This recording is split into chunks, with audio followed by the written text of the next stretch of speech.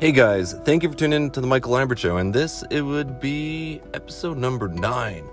And today I'm gonna start off with a little story that kind of has to do with the whole Mike on the bike segment. So, a few years ago I bought, quote unquote, my dream car, which was a 92 Honda hatchback, and it was a beautiful car. It was a stick shift, and the dude I bought it from said he bought it as a shell and then he put the Acura engine into it, and that thing could drive. And anyways, every day when I wasn't working and stuff, I'd be out at my car just doing little things, neon underkits, swapping out the hood, putting an Evo body kit on it. I swapped out the hinges on the doors, so I had Lamborghini doors, tinted the thing. I had fiber optic lights on the ceiling, and basically bought the car for $3,000. He was selling it for, I think, $2,200, but I was out of state, and I just wanted him to hold it. I paid him extra. And from there, I put in about $12,000 on every little thing on this car. And you know what? It got towed, and it made it to the racetrack without me. But I guess that's what my life's all about, loss. So anyways, thank you for being here. Let's get to the sponsor real quick before we get into some new things.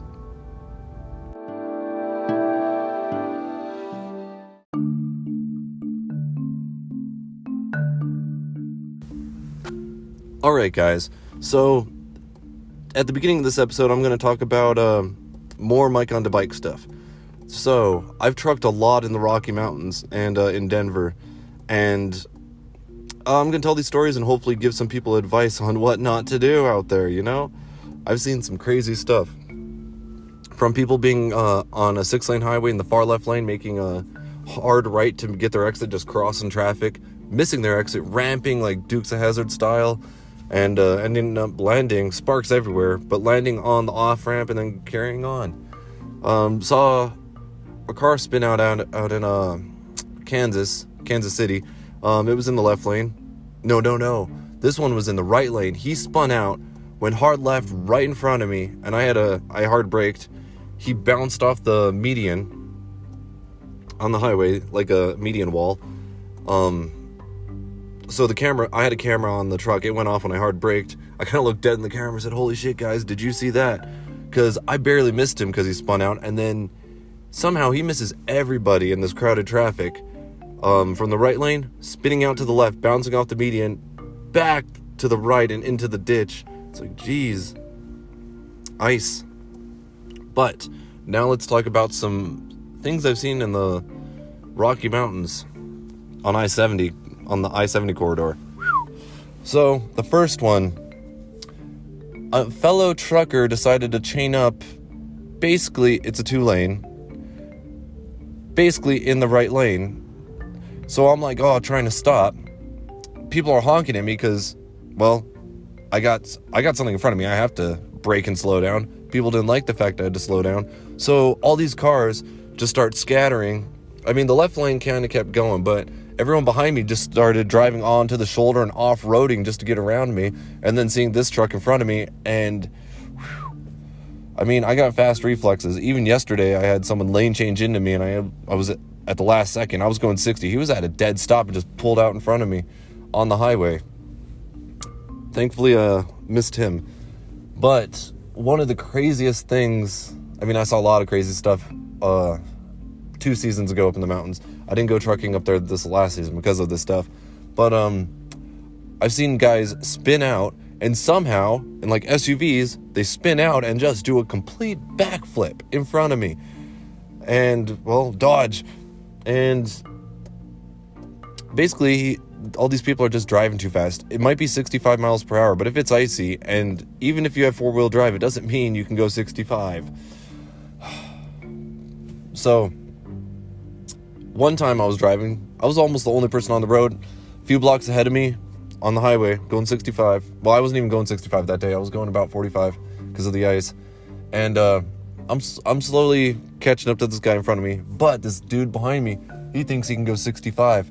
So he's flying past me, and I'm like, man, dude. I said it under my breath. I was like, you're an idiot. You're going to crash. As soon as he gets in front of me, he starts spinning out 360 in the middle of the road.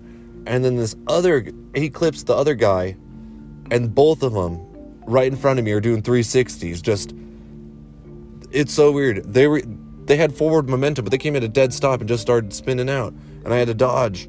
So, like, when it's icy, guys, go slow and don't slam your brakes. No hard turns, all that stuff. And with that being said, let's end the Mike to Bike segment for now, and I'm gonna carry on to a different story.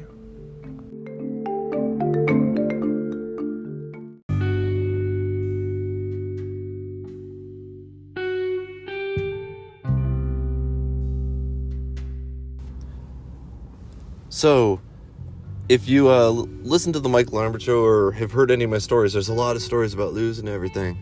But anyways, it's 2021 right now, and a few months ago, well, last time I went through losing everything, I was frustrated. I was like, man, I'm never gonna buy everything again since everything just keeps leaving. It's like once I've built a professional home studio at home a few times, but every time it's set up, instantly gone. So it's like I'm 30, trying to still get things done that I should have had done a long time ago, like 21, 22. But anyways, that's life for some of us, you know? So, a few months ago, I just was like, yeah, I'm gonna hop in this pawn shop, and I picked up a guitar and just started strumming on it. I was like, man, why don't I have a guitar? So, I got it, and then I ended up getting more. I got the bass now, and got the electric, got a few things. But with let's go to the bass.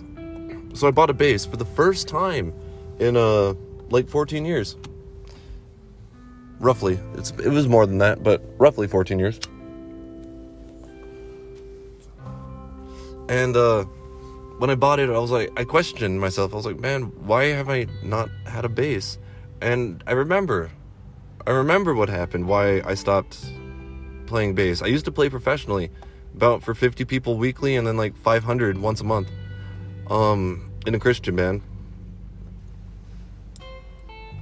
But I remember what was going down. I was like 17, and well, my dad would take my paychecks,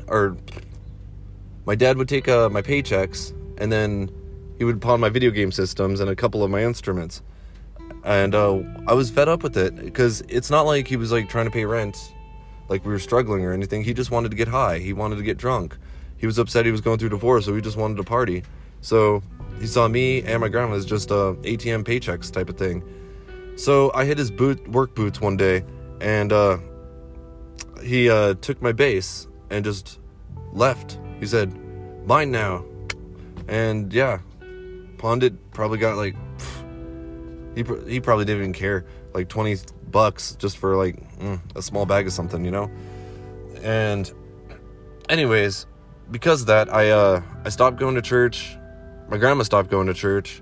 I stopped playing bass, and I basically stopped doing shows. And that was like really the only band I ever did shows in. But it's like, man, it's just, when I bought this bass all these years later, I was like, man, trauma makes you really stop doing things. So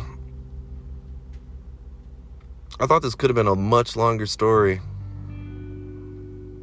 But anyways, yet again, I have my home studio. I'm getting 30. I can feel my body slowly breaking down. Don't feel 17 anymore. I don't even feel inspired like I used to going through all this stuff. But hey, if you're here listening to this, I definitely appreciate you. And I think episode 10 will be about Alaska. So thank you so much for checking out the Michael Lambert Show. And eventually I'm going to turn this like into an autobiography, but my story's not over, so why write it now, you know? As long as I live long enough. Anyways, thank you guys.